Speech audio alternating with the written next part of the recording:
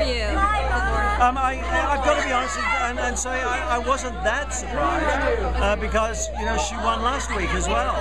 So while all the press are turning around saying no one will vote for her because they're only going to vote for a boy and it's Kent's to lose, it was never true. So as I said last night, out of the three of them, I was really happy with whoever won.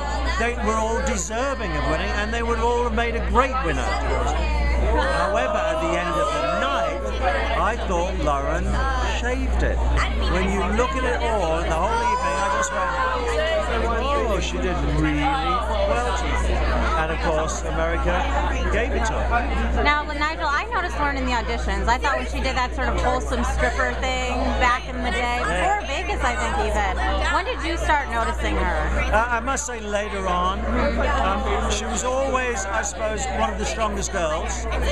Don't forget that I found myself going to the homes of both Lauren and Kent, the two finalists. So she was always strong. I always wanted to be the one going to their homes, I must be honest. But it was really on the Argentinian tango, if I'm really honest with you, which is why I asked for it tonight.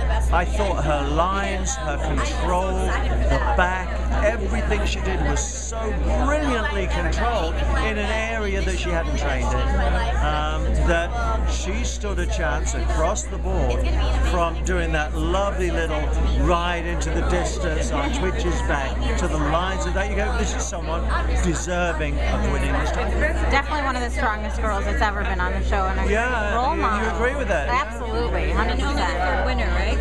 Third female, yeah. Well, you say only, it's only the 7th season, so if you think about it, it's 4-3 to the guys, which is very close. Really. Yeah, girls are beating. I'm sorry. No, go ahead. Yeah. What do you think is the high point for this season, and where do you think there would be changes for next? Well, I think the high point, in truth, I think we have several high points. The introduction of the All-Stars, I think, has been incredible because it's given the competitors an awful lot of confidence. They now get to dance with somebody who's strong in that particular genre, and I think it's inspired the choreographers because they've suddenly got people that they really, can do their work. So that's probably, on a selfish note, the highlight for me was Dance Day because it reached out to America and in truth the world. We were getting so much stuff in. And then after that, the most inspirational dancer.